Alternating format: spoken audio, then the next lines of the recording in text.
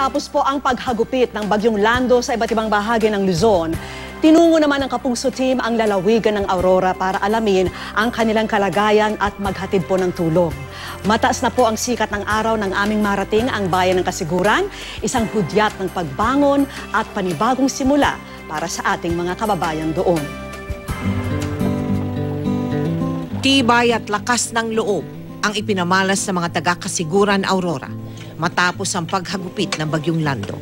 Sa tala ng lokal na DSWD, nasa 16,000 pamilya o mahigit 25,000 individual ang naapektuhan ng bagyo sa Kasiguran.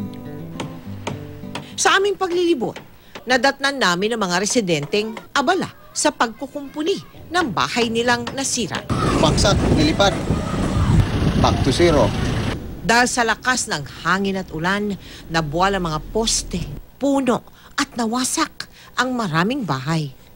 Ang bahay ni Mang Ramon halos wala nang naiwang bakas. Wasak-wasak na, panibagong ipon na naman. Halos matuklap din ang bubong ng bahay ng pamilya Ruiz na tumangging lumikas. Naawa po ako doon sa bahay po namin na basta na lang iiwanan na ganun. Ay siguro sa susunod, sabi ko sa kanya, ay talagang ito'y maglikas na tayo.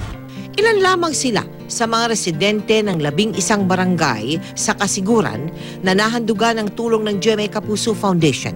Malaki ang tulong po para sa amin ang mga biyayang ito. Maraming po salamat sa GMA Foundation po.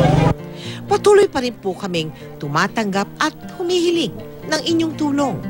Magsadya lamang sa aming tanggapan o tumawag sa mga numerong naka-flash sa inyong TV screen.